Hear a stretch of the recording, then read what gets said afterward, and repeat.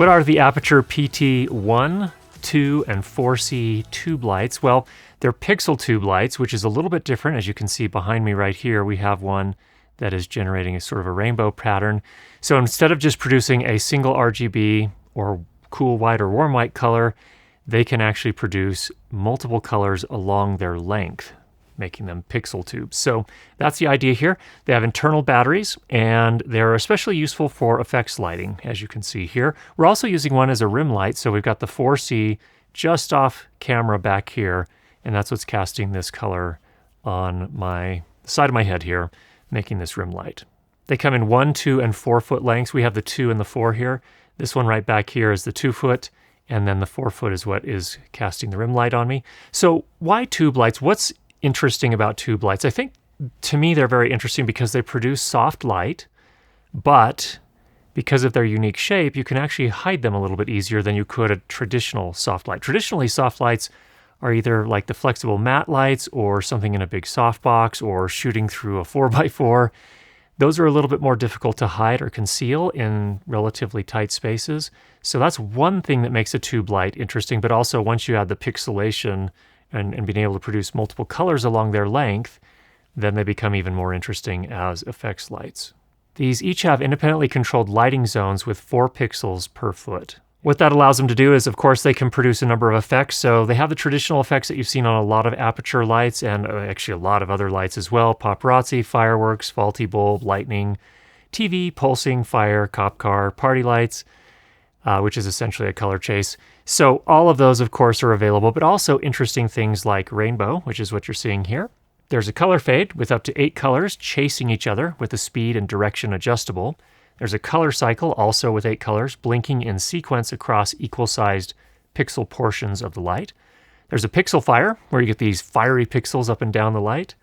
A 1 pixel chase, that's 1 pixel moving continuously down the tube. 2 pixel chase and a 3 pixel chase. In addition to that, they also have some interesting white presets, white light presets. So if you want to match other lights, so for example, day white, overcast sky, blue sky, tungsten, studio lamps, studio CP light, HMI at 5600, HMI at 6000, daylight, warm white halogen, natural white, metal halide, xenon short arc lamp, moonlight, horizontal daylight. They're just a whole bunch of different options. And those are nice because it makes it easy to quickly create the type of light that you're looking for, or perhaps match another light that is already operating at one of those color temperatures. We did film a comparison shot with one lit by an actual tungsten light. I know those are pretty rare these days. And then one with the PT4C.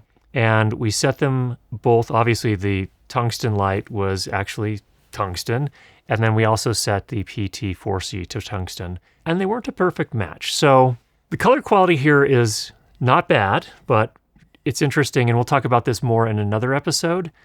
LED lights are still not producing exactly the same spectral output that you're seeing from traditional lights like a halogen or a tungsten. That being said, the color quality metrics did come in pretty well here for an LED light. At 3200 Kelvin, we got a CRI of 95, a TLCI of 98, TM30 of 94, and a tungsten SSI of 85. We put the full color metrics up here on the screen so you can take a look at those in more detail if you want to pause here. They all have inbuilt batteries to power them. You can also power them while they're plugged in with their included AC to DC adapter with a USB-C connector on one side. And actually, I really like that for my live streams because then I don't have to worry about the battery running out. I can just keep that one plugged in, and because it's a single light and it happens in my case to be positioned fairly close to an outlet, it works perfectly. But if you do need to power on battery, they also have that capability. And the 2 and the 4 foot models have 38.5 watt hour and 77 watt hour internal batteries respectively, and those both ran almost exactly right around 3 hours. So for the 2 foot, we got 167 minutes of power time, and with the 4 foot, we had 176 minutes at full power on both of those. So came in right around the specs that were cited by Aputure, right around 3 hours, just barely under 3 hours. You can control the lights with the built-in screen and buttons. Fairly intuitive, not too hard to figure out. And also, it is Sidus Link compatible. So just like all of the other Aputure lights, there is a Sidus Link app. Makes it super nice to control remotely. And you can control tens of lights at the same time. So if you have really complex lighting designs with lots of different aperture lights or anything else that's compatible with Sidus, you can control them all right from the same app. Mounting and rigging the light. There are a couple of options here. So it does have these kind of interesting 5-sided end caps, and it's sort of rounded on one edge, and then you have 5 discrete places where you can actually, if you were to set it on the floor, for example, you can angle it from 0 to 45 to 90 to 135 to 180 degrees. And it also comes with these magnetic brackets, which allow you to stick the lights onto anything that's metallic, and that makes it a little bit easier to rig as well. In addition, it does come with an eye hook that has a 3/8 inch thread on one side, and both ends of the light have 3/8 inch taps, so you can attach that on either end and suspend it in whatever way makes sense for your particular lighting design. So overall rigging, not too bad. Get some options there. And then finally, you can actually DMX control them with an add-on adapter. So it doesn't come with the adapter, but you can get an adapter sold by Amaran, and it has a USB-C to DMX adapter on it. So if you do have a DMX setup, you can integrate that as well. Now, what are these lights useful for? I see them largely as effects lights, but they can do quite a bit of stuff. You could even use them as a key light. And in fact, in our test shot, that's exactly what we did. We used the 4-foot version and got some pretty nice soft light for a key light. So if you're really kind of trying to travel light, this is one way to do that. And then if you want to do something fun, there are lots of options here in these lights as well for plenty of really kind of colorful effects if that's your jam. In terms of pricing, the 1-foot model comes in at $139, the 2-foot model at $299, and the 4-foot model at $429 at the time of this review.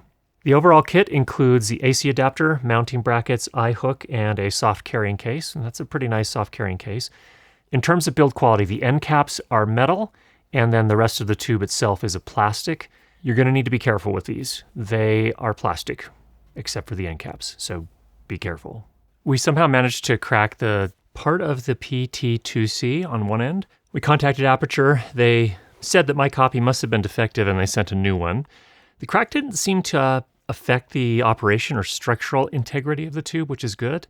Nevertheless, the tube is plastic, so handle it really carefully. Let's run through a couple of cons. They're inbuilt batteries. As far as I can tell, they're not user replaceable, and I didn't see anything on Aputure's website for any sort of battery replacement program. So hopefully they do have a battery replacement program of some sort. We did notice one sort of odd thing, and that was that when we were doing the battery test, when we came back and looked at them, we're like, oh wow, they're still at 100% after 2.5 hours, and we were astonished. And then once we pressed one of the buttons on the light itself, then the screen updated and the battery status went to where it actually was, which was 1 bar left, which was near depletion. So I don't know if that's something that could be fixed in a firmware update. It does look like there's a firmware on here. That'd be really nice to see a fix for that. Overall, there's a look at the Amaran pixel tube lights. Pretty nice lights if you want to do fun effects, but also very practical if you want to use them as a key light, for example. If you're trying to keep your kit that you take on set with you small as possible, this could be a good option for that as well. Hope you found that helpful. If you have any questions, go ahead and leave those down below. And if you've not already subscribed, make sure you do that. And we'll be sure to get you more great videos on how to improve your lighting and sound for video. Talk to you soon.